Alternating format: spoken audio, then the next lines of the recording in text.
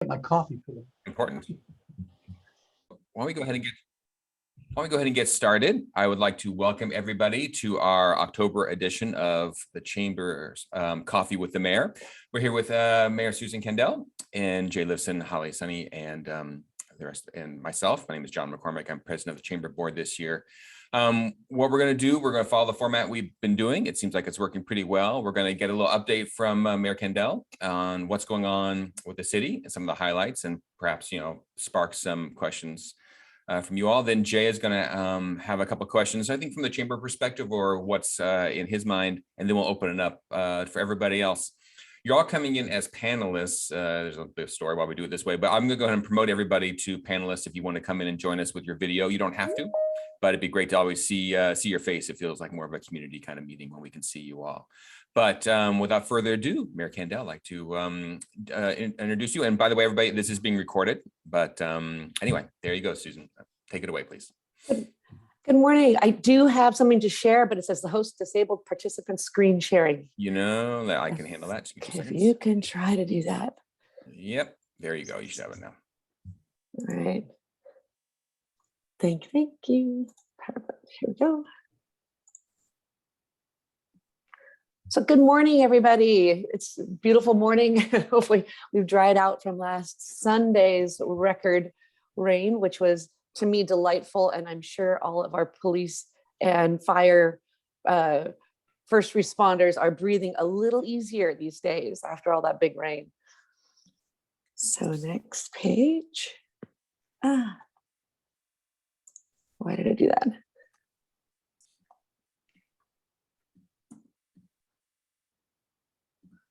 Sorry about that. My PowerPoint is decided to pause. Here, let me do this again.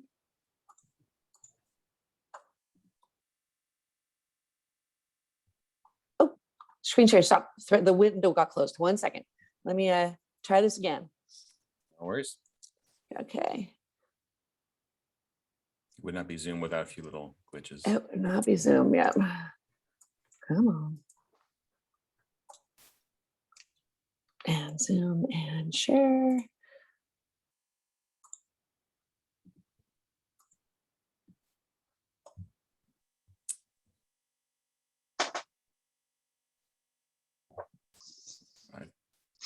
All right. We are seeing your presenter view, though, just so you know.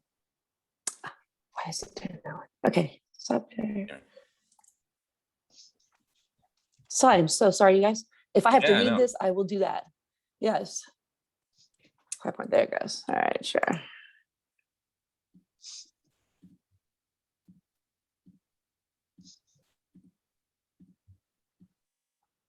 Let's see. Okay. That looks good. And then it goes away, my second page. Oh, well. Should we go I ahead? am so sorry. Yes, actually, you know what I think is, I think I know what the problem is. I've got two monitors up here and I think Zoom doesn't like that. Yeah. So let me make one last attempt here and I'll keep it on this page. And while we're winging this, just to give everybody a heads up, of course, just as your standard Zoom thing, we have a Q&A chat function or Q&A function there as part of this. If you want to go ahead and ask your questions that way, or just raise your hand when the time comes using the Zoom hand, and we'll go ahead and take the questions in order at which people's hands are raised. All right. So I'm going to do this a little less fancy here. Okay, go like that. Share this one.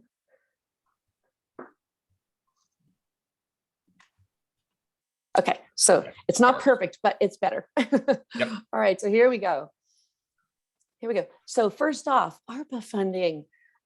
As of yesterday, so the ARPA Rescue Plan Act funding survey ended on Monday, 10/25.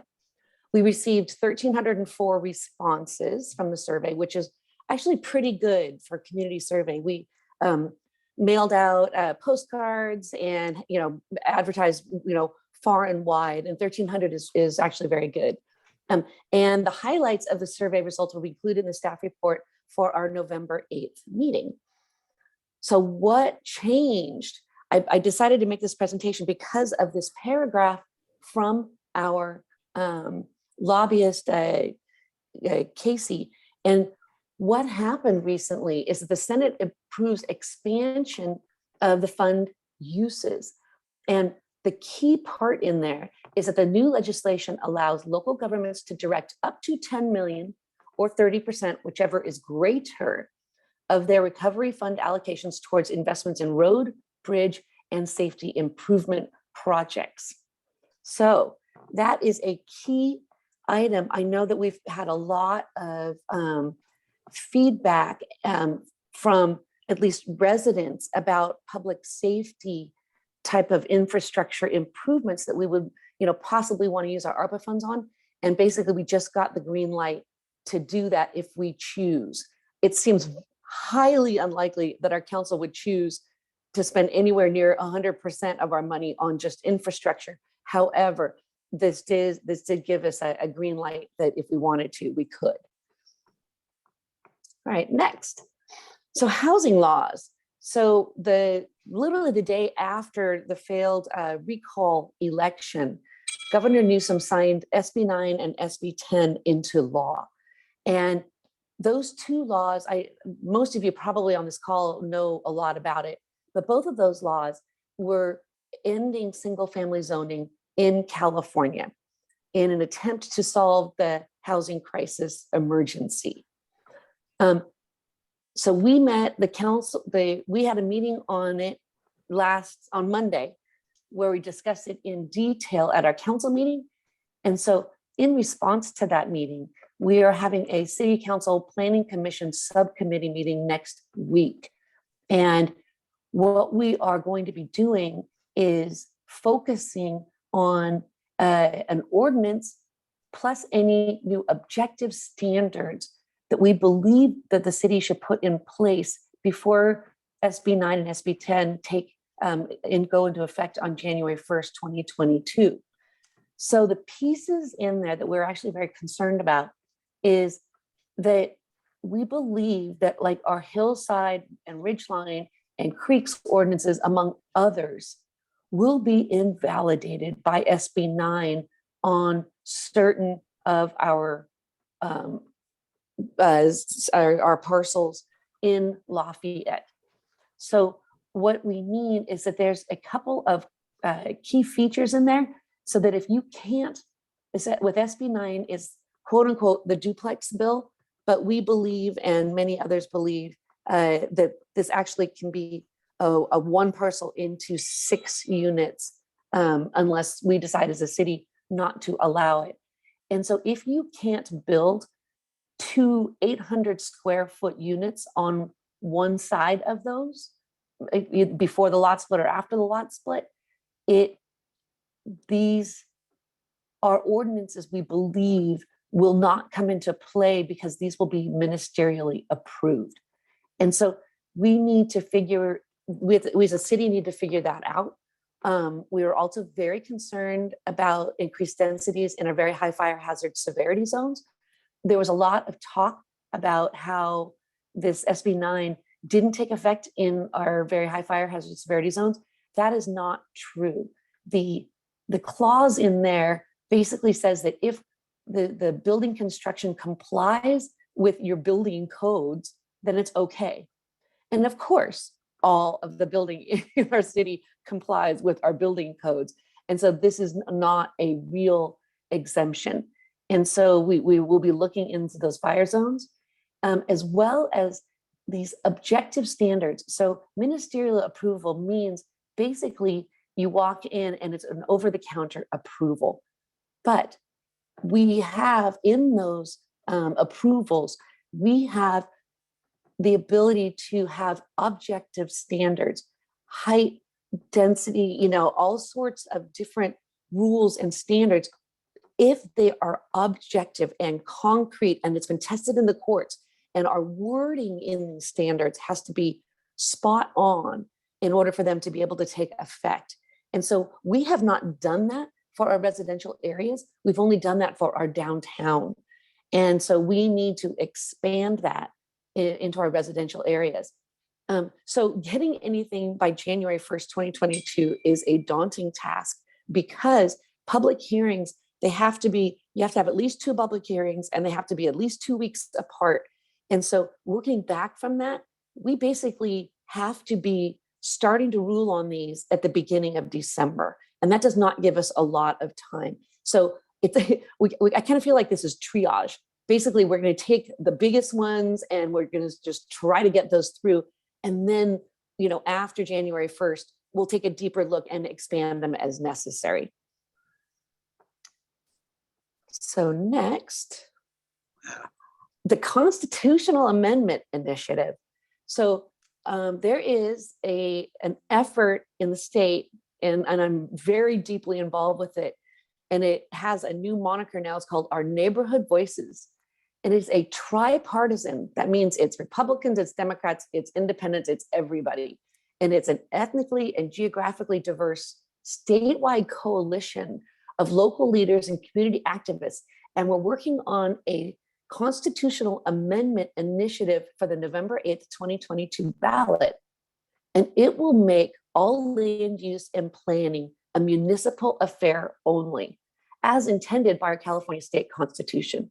So as you guys all know, there's been, literally we've counted almost 70 bills since 2017, done by our state legislature that have eroded or eliminated any sort of local control. And the way that they tried to get these big bills passed at the beginning, it didn't work. So they've done them piecemeal. And that's why there's so many little bills in there. And people describe it as the death by a million cuts. That's kind of how the approach has been. And so in order to undo literally every single one of those, it takes a constitutional amendment. And the funny thing is that the very first Coffee of the Mayor that I did, it was Dan Horowitz who came on, and literally the first question was like, we need a constitutional amendment in order to undo all these state laws. And guess what? Dan Horowitz is a big proponent of this. And this is the constitutional amendment that he was referring to. So the name of it is the Brand Wong Mendoza Tripartisan Land Use Initiative. And it's being led by Bill Brand, who's the mayor of Redondo Beach, who's basically the author of this. And then Mayor Peggy Wong from Yorba Linda, and Councilmember Jovita Mendoza from right here in Brentwood in Contra Costa County. And the reason why their names are on the initiative is that there's laws that if an elected official is part of an initiative, their name has to be a part of the naming of the initiative. And so it got filed with the California State Attorney General's office. And we actually are expecting to get the title and summary back next Monday, November 1st, at which time we will all have 180 days, which is basically 6 months, to collect about 1.3 million signatures across California to qualify for the ballot next November. And so at the last council meeting on this last Monday, I had it on the agenda, but it fell off. It was going to be after midnight. So we're bringing it back at the November 8th meeting. And there's a resolution that cities are all over the state and homeowners associations. There's resolution that we can sign in support of this initiative. And I hope that our council will sign that. And if you want to go and support it, you can go to communitiesforchoice.org and sign up and donate. They need money. So collecting this amount of signatures literally just takes millions of dollars. And I already had a big town hall over in Happy Valley a couple of weeks ago, and in order to get some donations, to get the word out. And I even flew Mayor Bill Brand up to talk about it, because he is a delightful human being and the kind of politician. We call him the LRC politician. He's left, right, and center. Just a dynamite guy that isn't concerned about money. He's not gaining anything from this. He just knows it's the right thing to do for California. And also, you can reach out to me if you want to help out. And we're going to be starting to collect signatures here soon. So we got a daunting task ahead of us. So the last thing that was on the agenda item that you guys wanted to hear about was the mission statement update. So Matt Pease, I saw him on the call. He is part of the GPAC, the General Plan Advisory Committee Mission Statement Subcommittee. And they have a draft mission, vision, and characteristic statement that was proposed by the GPAC Mission Statement Subcommittee. We then received many comments saying, basically, we liked the old mission statement, so don't change it. That's in a nutshell. And so kind of, if I were to summarize it, there is a disagreement about whether or not we include semi-rural or small town character in our mission statement, or any reference to size at all as part of our vision, mission, vision, and characteristics. And that's where we are in the mission statement. The subcommittee has gone back and they're refining their mission statement. I have yet to see it, but they're going back and they're trying to make some changes to it. And just to be honest, I am confident that we will be able to compromise, and all of us will be very proud of our new mission, vision, and characteristics work that we're doing here in Lafayette. So that is the end of my presentation. Right. Thank you, Mayor Candell. And we're back, and well, great. So before we turn over to Jay, that was an excellent update. Thank you very much. I definitely learned a few things in that. For a few questions, just to kind of remind everybody the way we're doing this. Number one, keep an eye on the chat. Holly Sunny, who is on the chamber staff, as like websites and things come in or things are mentioned, she's constantly updating that chat with actual links you can click on. So definitely a good resource. And also we're going to do Q&A after Jay asks a few questions. And if you're not already a panelist, if you want to be, definitely, raise your hand. I'll promote you to be a panelist, and you can, it's nice to see some of your shining faces this morning.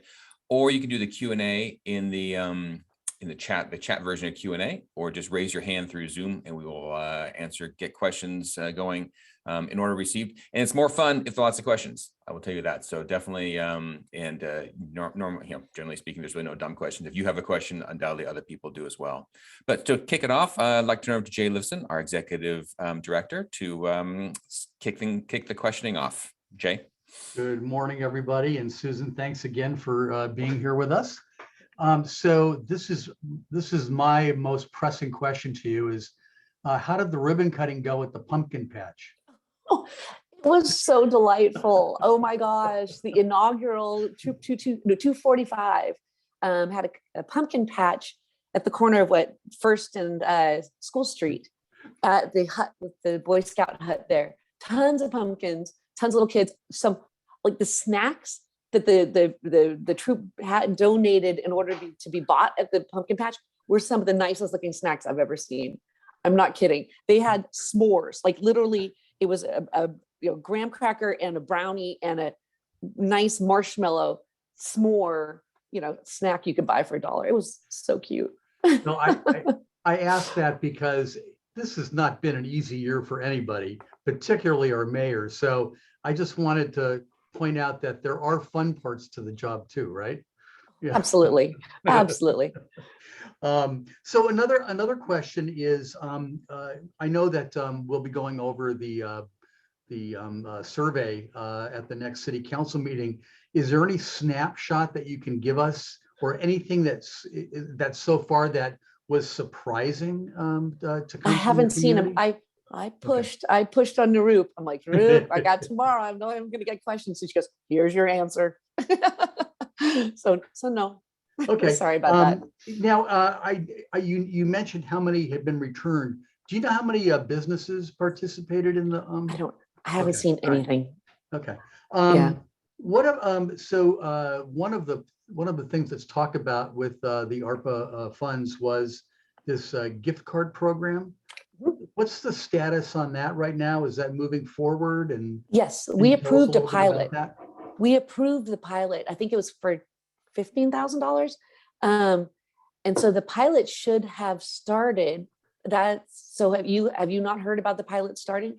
Well, we've had conversations about it. And I think it was $30,000 that was first. Oh, was it yeah, okay, but I was just wondering how that was progressing, because we've had some conversations. We were lucky enough to have Thomas sit in on a focus group with some of the businesses to hear from them on, if they thought that this was a good program or not. I was just sort of wondering what the status was on that. I apologize because I don't know what the status is. Right. And I was under the impression that it should have been rolling by now. So that is my question to them, is like, why hasn't this started? So. Okay. You have answered the other questions that I had prepared for you already. I wanted to know how the battle was going on local control. I think you covered that pretty well. So let's open it up to questions. Right. So now let's open up for anybody to ask any questions of Mayor Candell. Yes, Carol. Yes, thank you very much, Mayor Candell and Jay and the Chamber for putting this on. It's just marvelous and so informative. I have a question. The objective standards, how do these play into the work 𝐺PAC is doing right now on housing?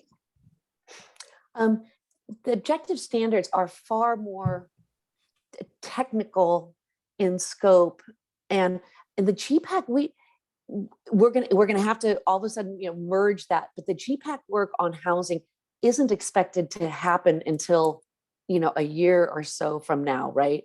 Like the general plan pieces are going to be after our housing element, and so we're not going to roll out those until much after January 1st, 2022. And 2022. And so we will, it's going to be pretty much the quickest change that we've probably ever seen in any of our residential codes for a very long time. And so all I can say is that we're already starting to look at our ordinances and seeing how we can tighten them up and make them as objective rather than subjective as we possibly can. And so I don't think we'll change the nature of our ordinances, but the thought would be you have to make sure that the language in it is, there's nothing subjective in there. It's all, it has to be this and it has to be that. You can't say, oh, it should be like something. That doesn't work anymore. It says, it has to be 10 by 10. You can't be, oh, it has to be, similar sized to the neighborhood. That doesn't work anymore. And so I don't think we're going to be changing the nature of any of our ordinances. We're just going to be changing the language inside of it to be more objective rather than subjective. That's what we did with our downtown. And so I assume that that's the process we will continue to do with our residential areas. So 𝐺PAC take those into account when they get down into programs. Like I said, I don't think we're going to be changing any of the intent of our current ones. That would be the general plan. The general plan update can change intent, can change policies like that.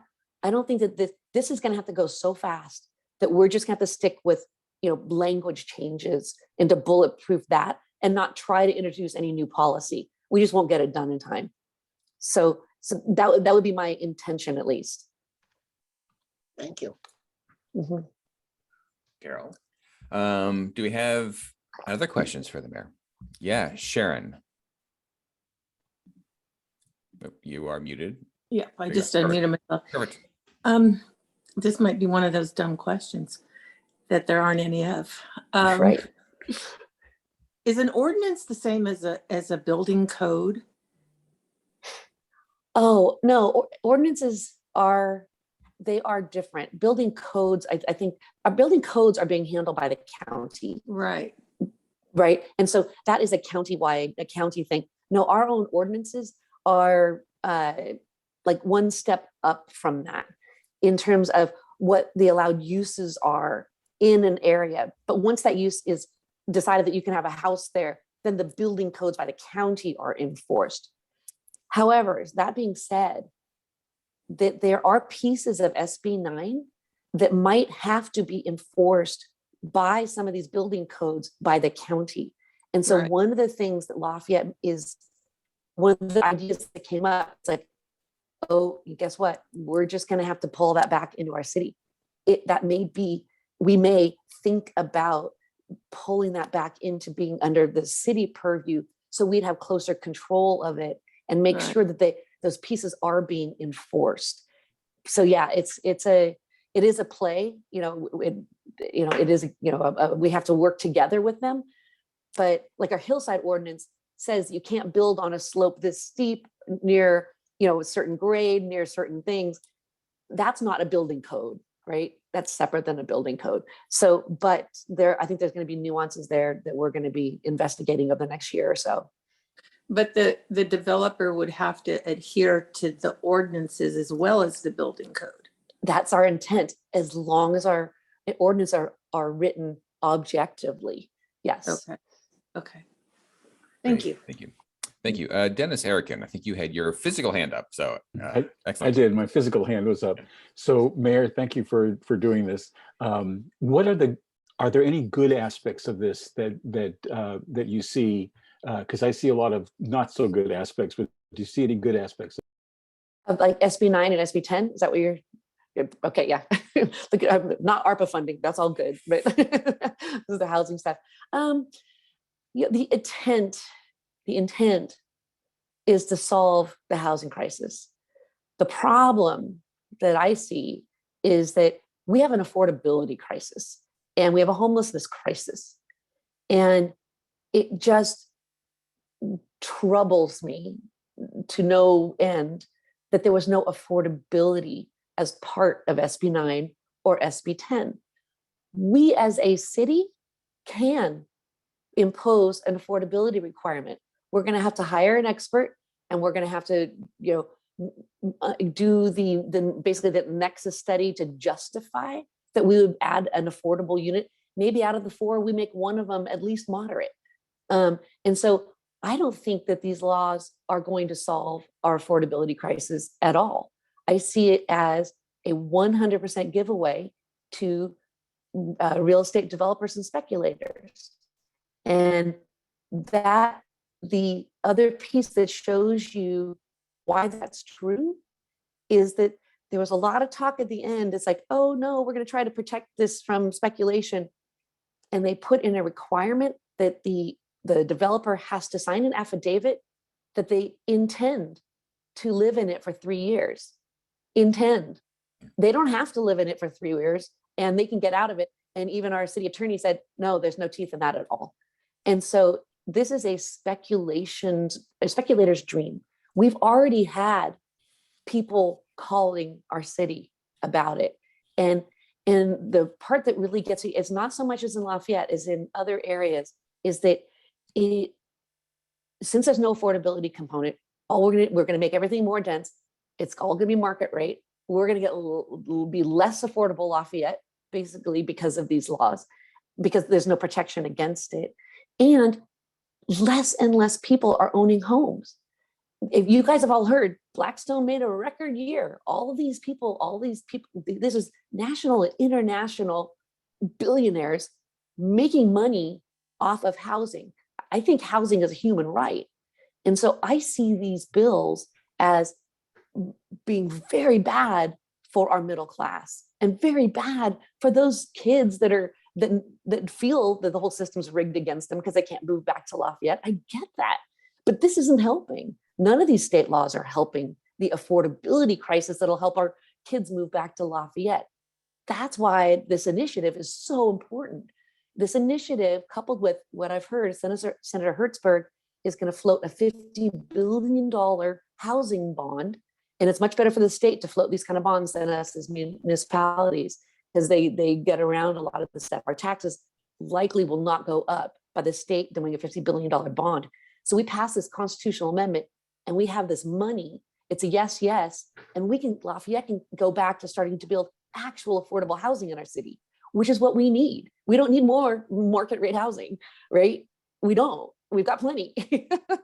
It's the other housing that we need. And the only way to do that is to come back and cooperate, have the cities and the state work together again and provide some funding and let us build some affordable housing. That's how I see us get out of this crisis. And the state laws that have been coming down, they're just gifts to market rate developers. Thank you, Great, Mayor. great. So ARPA funding, good. Housing bills bad for sure. No, Right. nicely stated. We have a couple of other questions. Cheryl McDonald, you had a question? Nope, and you are mute. I can go ahead and mute you if you want, or try to. Oh, right. you guys gave me a little button to push. Thank you. Yep, there you are. No worries. There you Okay. I had a couple questions on housing SB 10. I seem to be getting a little less information out there. Maybe so I have a couple questions about that one. I understand you're going to tighten up ordinances or the language for our hillsides, but what about the new BAT project, the Batwing project? is that considered a park, and are they under threat of being developed as SB 10 is now passed? And then, go ahead. No, go ahead. And then my other question about, I think it's SB 10, it could be SB 9. So we have the transit-rich city, which is BART, but we have 2 bus lines that go, one comes from Moraga and one comes from, I think, down Release Valley Road, maybe from Martinez. Are they considered transit bus stops? So is it within a half mile of not just BART, but the bus stops as well? Is that considered transit? Those are my 2 questions. Excellent. Yeah. So no, our bus lines, they have to be coming every 15 minutes to be a high quality transportation. So no, our bus lines aren't, but BART obviously is. So SB 10 isn't getting as much talk because it's opt-in. So we would have to have 4 of our council members vote for it. I've been proposing that because a single project could try to come in as an SB 10 project, even though we haven't voted it in yet. And we can basically spot zone and that's the 10-unit apartment building plus 2 ADUs and JADUs. So 1 parcel into 14. I contend anywhere in our city, because urban infill is a term that the only explanation that I've heard so far is that it means not ag land. And so it would be anywhere in Lafayette. Because it's opt-in, we haven't really spoken about it, but it wouldn't be a bad idea in this quick triage to see if we can pass something that say we're not going to vote it in, and that would discourage people to come in and try to get these projects rammed through on an SB 10 application. But yeah, that one is definitely bigger, but it is opt-in. And I'm hoping that our city council might be able to take a straw poll, at least a resolution that we won't be opting in until we study it, at least, right? Until we understand the law better, to understand how it would play with our own ordinances, to buy us some time to understand it. Great, thank you. Thank you very much, Cheryl. I think Tracy, then we're going to there's a question coming through the chat, but Tracy. Go ahead and unmute, ask you to unmute there. There you go. Okay. Good morning, everyone, and many thanks. I echo Carol's comments to the chamber and to Mayor Candell for this. This is always so informative, and not just for us, with differing interests, but certainly to the citizens of the community. I for one, am anxiously following the housing discussion and also the mission statement, because I did move here because it was semi-rural. But at any rate, I was curious with this discussion of these focusing on these ordinances and these refinements, if in fact the city was potentially considering reviving the discussion about density transfer units. If you recall, some years ago, if this was a vehicle that Moraga used, I think, in behalf of the Ream Theater, and speaking, from a vantage point with my Park Theater Trust hat on, I was just curious if this were something that might come into play as a planning tool going forward, for a way that the city controls some of the development. Yeah, I'm sure it could be a discussion. I doubt it will be part of this immediate push, mostly because we need to focus on our residential areas and not our downtown. We already did our downtown objective standards. And so I don't think that we have the bandwidth right now to look at that. I know that we used it, or we're intending to use it for the Park Theater as well. I mean, right? Yeah, I mean, Yeah. it's been part of the discussion, and then it was tabled, which was fine. I mean, absolutely fine. Because It's not gone. It's not gone. It's No. just we moved in a different direction, and the city moved in a different direction, and that was great. I was just curious if this was a tiny blip on the radar screen still, but that makes sense. Absolutely, I think the focus should be on the residential neighborhoods and protecting them. Good, thank you. Thank you. Great. Thank you, Tracy. I want to just ask the question that was entered through the chat, and then we'll go to Larry. Sarah asks, does Lafayette have any issues with short-term rentals? which I know has been the case. In many cities, people that purchase homes, in many cities, people have purchased homes for only that purpose. I agree. We don't right now. And I think that's a miss. To me, I think that we should, it's not, I think people really value them for what they are. We don't have that many at this point, but it's one of those things that like, we don't have that many, and then all of a sudden we have way too many, and that would be an issue. I think that there is probably a happy medium of how many we would like in our community to, because parents coming back and visiting the kids, especially during COVID, and when the hotels were under, it was such a tough time. During the pandemic, we were, before the pandemic, we were thinking about, putting maybe some limitations, or at least keeping track of them a little better and monitoring them. But when the pandemic hit, it definitely took a back seat, because these were valuable assets to people during COVID. But we should I think that we should look at those, and also we can collect money on them too, right? There's money out there to be had as well. But I don't think that we should be ignoring any of the things that are happening in our residential areas now because of all these new laws. I think that we need to get our hands around what is actually happening in our city, because we don't want to let anything go in a direction that we don't want it to go. So at least we should be monitoring it better. At the very least, that's what I would hope we do. It makes sense. You want to have a crisis first and then react. You want to be proactive. Yeah, that totally makes Nope. sense. Let's go to Larry. Larry Blodgett. Thanks, John. Good morning, everyone. Yeah. Sorry for my delay in joining in. Thank you, Susan. Has there been much discussion, and I know I brought it up in the past, regarding any of these bills and what the city's ability is to be able to, through development fees, to take care of the infrastructure that we have, our roads, our drains, alternative routes, and so forth. My understanding is that we're somewhat limited on how much we can charge in development fees, but I'm for more affordable or reasonable housing and the density, so long as we have the infrastructure that can handle it. And we're working in a 1950s, 60s infrastructure currently. So how would you respond with that, Susan? We need to, we already admitted when we were going through on Monday, we need to get new nexus studies to understand and get new fees and assess our current fee structure for our downtown projects. The flip side of that is in our residential areas. You can ask any city planner in the state of California, and they'll say, does residential projects, does it pay? Oh no, our city loses money on every single residential project. The only way we make money is in downtown and commercial. So these residential projects, so in Lafayette, we're one of the lowest, we get parcel taxes, property taxes. Yeah, we get 6.6 cents on the dollar. We're one of the lowest in the state of California. So basically we lose money on every single one of these projects.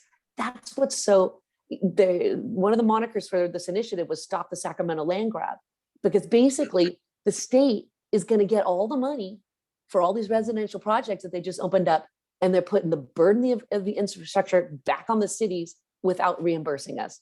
Talk about a massive unfunded mandate is SB 9. The cities are going to get trashed with this, because there's no way. They didn't give us any money to handle it, and they didn't give us any way to get any more money out of them. So no, but there's nothing that we can do as a city as far as adjusting fees. Now, on your point, no, we can pass the constitutional amendment, and then we can start, passing the right kind of fees that we need to get.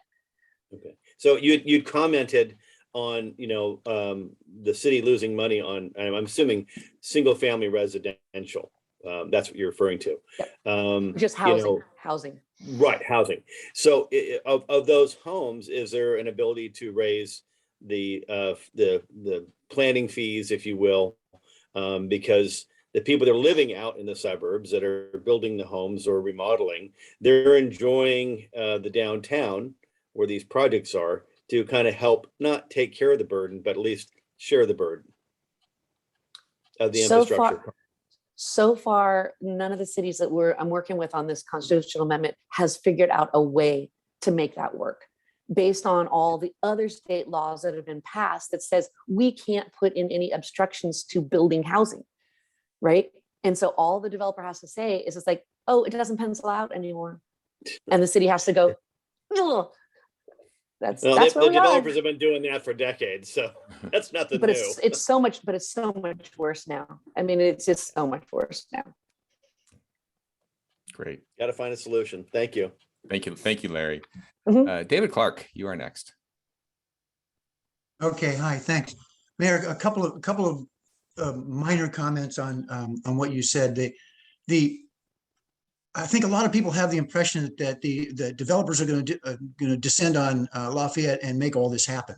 But was a critical piece in there that I think we need to remember, which is it's the local owner that has the right to do all of those things or not do all of those things. And if a local owner wants to sell his or her property to someone new, and that new person wants to do whatever and tear down the existing house and follow SB 9, that's what happens. But the local property owner has the initial decision whether either to do to either take advantage of, if you want to look at it that way, the SB 9, or to sell property to somebody else who would do that. So, one of the threshold question is, are people going to want to go that route? That's just one thing, or one piece.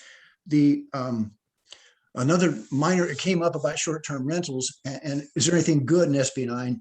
Maybe one good thing, if you want to look at it, SB 9 does preclude short-term rentals. So if the properties that are provided for at SB 9 are rented, they have to be for, I think, more than 30 days. And the last thing is, again, from a quasi, it's not a silver lining, but it's some lining. The council does have the ability to limit the total number of units built on a subdivided lot to 4. There's a way to do that, and a council either can or can't. The council can take action to provide the framework to impose that limit. And Susan, correct me if I'm wrong, I don't think that's happened yet. It's in process, but it hasn't happened yet. So there is that limitation as well. So there are some subtleties and nuances. Well, there are a lot of them, but anyway. Absolutely. And you. you're absolutely right. I'm hoping that our council will take action to make it truly a duplex bill, so you get 4 total. That is one of the things that we will be considering. There was something else in there too. Now I've forgotten. I should have written it down. I will remember it and I'll come back to you, David. Thank you, David. It was either the owners having the right to sell, that's what I said, or the. Right. That was the other piece. Okay. So Christine Rasmussen, who was on this call earlier, she sent me an ad she got from Homestead buyers or whatever. She got an ad for, hey, take advantage of SB 9 on your property. So she called them, and what their model is they'll help you finance your one side and help you develop it. And then you split the lot, and then they will develop the other side for you. And so to me, that's better, because I think you still own the property. And I do support people owning their own properties rather than a corporation coming in and buying your property. So I do like that model better, instead of just a speculator coming in and doing all this on their own. So there are companies out there that are willing to do that in Lafayette, January 1st. Yep. Yeah, thank you, David. And David Smith did mention, I think at the end, which I'm going to just bring up, of course, is that people always say, I guess you can always sell it to whoever you want to sell it, right? You can't really control what people do with you when you sell your land. That's always a bit of a challenge. That's not true. The city can pass anti-speculation ordinances. We can. Our government has failed to do it. Other countries have already done it. Canada, Justin Trudeau, that's one of the things he's running on. It's one of the platforms he's running on for prime minister. Germany's done it. New Zealand's done it. The United Nations is looking into it. This is a global problem. This is not just the San Francisco Bay Area. This is a global problem with speculators coming in and buying our land. and our homes. And so we as a country have failed to take any action on that. And but a local municipality can, if we so choose. All right, that's good, very good. He had a question earlier on the chat, which I want to go ahead and just read, because I think it's related to housing sales or whatever.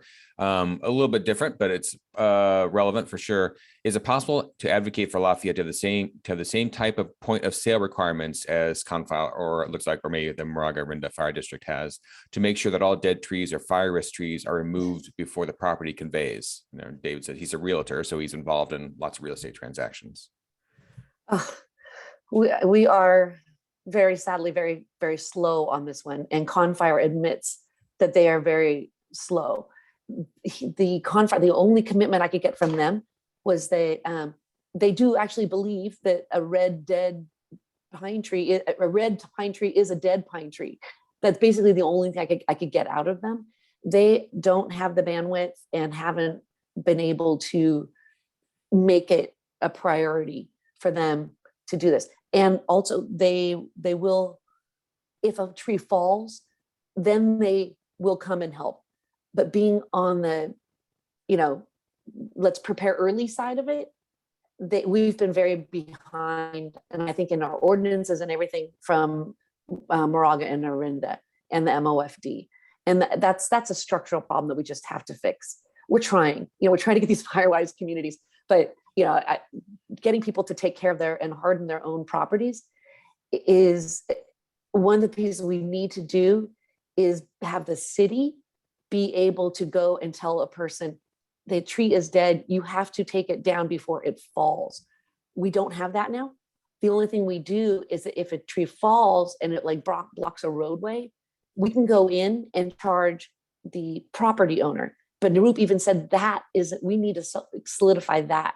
So we are very behind, and we just need more planning staff in order to be able to get through a bunch of these things that are so urgently needed, especially but now hopefully our wildfire season has abated, hopefully, but just getting ready for next fire season, we should start working on it now.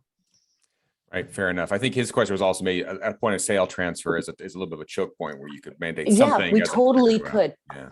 Totally, and that's one of the pieces we should do too. Yep. Right, very good. So Carol, I see you have another question. Yes.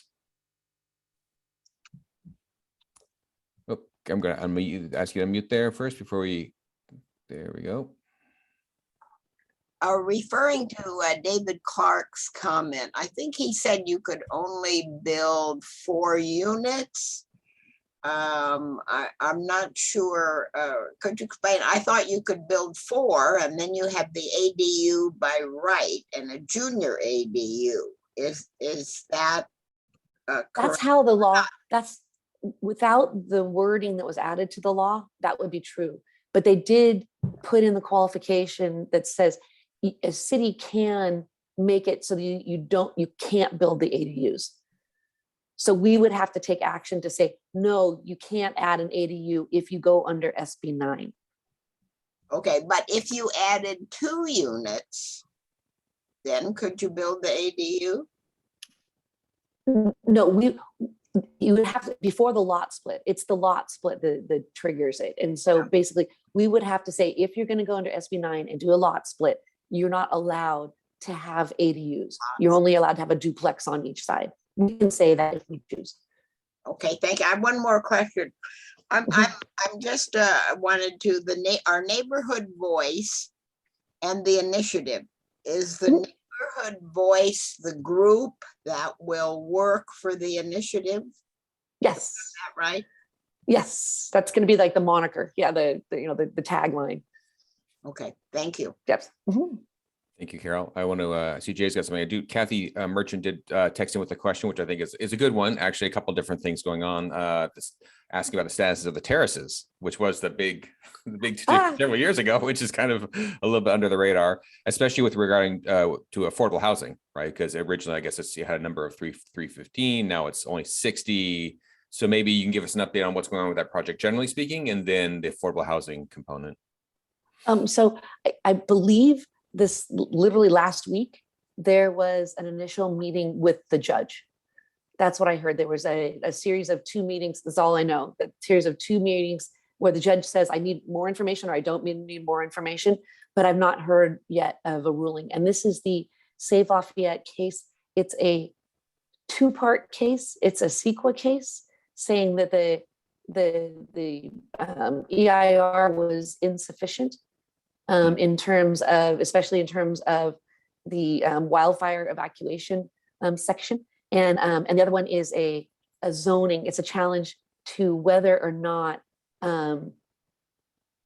the zoning, they said that the zoning was frozen in time based on their initial application. And Save Lafayette, I think, is arguing to say that, no, it was rezoned. And no, your application doesn't qualify under the Housing Accountability Act. And so those happened last week, but I haven't heard back from how the judge, if they said one way or another last week. Okay, so it's still tied up, I guess, in the courts as It's in the far as courts. that. So I guess a little premature then necessarily to figure out the affordable housing element. Obviously, 300 would be better than 60, but we'll see how that all goes. We have a couple more. Maybe we'll do Jay. You are next, I think, with a follow-up question. Yeah, thank you. Yes. So going back to ADUs for just a second, does the city really know what the inventory is or how many ADUs have Yes. already been built? I mean, do we have an accurate figure of what's really out there and what people have on their property? And then what would the estimate be of in order to reach the RHNA numbers, what percentage of new units do we see being ADUs? So that's a great question. And the GPAC and the housing element, we know how many ADUs are being built. We know that since the laws changed and we adopted the laws, that it's ramping. And they're coming in as moderate income. And so we will, hopefully, I mean, it seems very obvious that we would just take this trajectory and continue it and plot out how that feeds into our housing element over the next 8 years. And that's where we will be. And I like ADUs. I have to say that so even if we pass this constitutional amendment, it means that we could undo the ADU law. But since we passed our own ADU law, we can choose not to undo it. That's the good part about the constitutional amendment. We can choose the good parts of state laws that we want to keep and keep those intact, and just the ones that we don't like so much, we can undo. But so yeah, they should be coming in, and it's significant. It's not an insignificant number, and they are coming in at moderate, which is great. Very nice. I know they were a little bit slow when it first opened up. I know it was a little bit of we were remarking how it wasn't quite the uptake we had thought. So it's interesting that's kind of ticking up a little bit. Oh yeah. David. Yeah, Mayor, your last comment is right on, because the ADU statute expires by its own with the way it's constructed on 1/1/25. But what I wanted to ask you was, I wasn't aware of that $10 million infrastructure update with respect to the ARPA funds. So I'm not sure how that plays into this. But for a while, and I'm going to use some just generic terms, for a while the thought was that at 6.3 million, that dollar amount was less than the loss that the city had experienced for whatever the COVID measurement period was. So there was some thought that we could use that whole 6.3 million effectively for general fund type projects. I think subsequent to that, our loss number changed such that the 6.3 was actually in excess of that loss. Can you delineate? I guess what I'm asking is, what was the final loss number? I can do the math after that, but what was the final loss number that came in such that it could, if we wanted to, allocate that much to the effectively general fund type expenditures? Right. So you got the same mixed message that I heard as well, is that at first Tracy said that, yeah, the way the calculation goes, we can project a loss of more than $6.3 million. Then, a couple weeks later, they looked into it a little bit closer and then decided, no, we weren't. Our loss is more, it goes up by year. So we can project kind of how we want, but it was $1 million the first year, but it's going to be more than $1 million the second year. And so we can use that projection. If you look at our 5-year budget, you can see that we're projecting not very well. We're over the next couple of years as we recover. Okay. Maybe we'll recover faster, but it's in the millions. It's not the 6 million but Okay. it's definitely in the millions. But now that the Senate ruled differently and freed up for different types of infrastructure projects, that's the rule that changed, the Senate ruling. Yeah, so that's a real plus for us. I mean, that's Yeah, it good. is. Yeah, Okay, okay. More thank you. flexibility is certainly. more flexibility. Yes, Yes. it's certainly gonna be better. Carol, I'm gonna give you the last question. We'll make it kind of quick. So I want to close with Holly to give us a little update on what's going on with some events around the city. Okay, thank Carol. you. I think it'd be great if the city could put out a fact sheet on ADUs. And I'm going back to this chat where he says there are a lot of, in his experience as a realtor, undocumented ADUs. So I have a question. If you have a lot split, you obviously have to tear down your house. At least in my neighborhood, you couldn't split the lot and keep your house. That's not how they're built. So if you already have an ADU on the property, let's say you tear down your house and it works out that the ADU you already have is on the property, let's say it's permitted, do you get to keep it? Excellent question. I can imagine that would be true, but yeah, I don't know. Like I said, I hope the city would kind of put out a list. I'm sure there are a lot of questions. That's so you would want just something on the ADUs, but you want it more on how the ADUs play in with SB9. Yeah. As well, right? Okay. Not Got how to it. build them. Yeah. Right. Of course, ADU guidance overall is probably good too, especially as things are changing. actually But anyway, is. no, I thought it was a really good idea, just generally speaking. Yes. See David's comment. Yeah, I do. Yeah, real estate. Yeah, there's a lot of nuance there. Well, thank you very much, Mayor Candell, and thank you very much for everybody for joining us. I'd like to just close. I think Holly, I want to give Holly the last word, or at least second to the last word, on giving us some updates on what's coming on with some events going on, because I know there's some still fun things happening the rest of the year. They are. Thank you, John. And thank you so much, Mayor Candell. We sincerely say thank you for your service this year and your time with us through our coffee programs and all our other events like ribbon cuttings, etc. So thank you so much. All right, it's time to finish off our coffee. Grab your coffee or tea. Good morning. My name is Holly Sunny, and I am the Communications Director here at the Lafayette Chamber. Thank you for joining us today. We do plan on continuing our coffee series in 2022, most likely via Zoom. I'm posting our community calendar link in the chat so that it's a reference for you for our upcoming events and some of the events I'm going to mention right now. We have a lot of events actually posted for this weekend, including Halloween activities. If you have an event coming up, you can actually add it to our calendar as well. If you were not with us this past Sunday, we ran in the rain. You can read a lovely article about it in this week's Lamorinda Weekly. We also welcomed new business Holly's Homegrown last weekend and had over 30 young professionals at a meetup on Monday night at Headlands Brewing Company. So what's next? We have a very special one-time event. It's actually over 2 nights. It's called The Best of Art and Wine. We'll have live bands, food and drinks, and some of Lafayette's finest local artists with art for purchase. This is a ticketed event on next Thursday night and Friday night. You can check out calendar November 4th and November 5th for the Best of Art and Wine. We hope you can join us.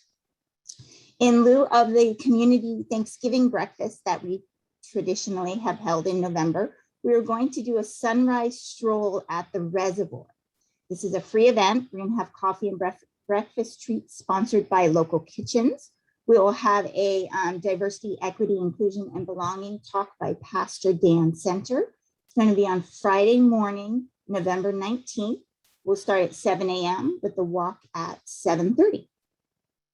The holidays are almost here, if you can believe it. On November 16th, along with the Hospice Tree of Lights presentation and tree lighting near the Roundup, the twinkle lights will again be lit on Mount Diablo Boulevard. And on Sunday, December 5th, Santa will arrive. It's a Wonderful Life in Lafayette will be held from 4 to 6 on Sunday, December 5th.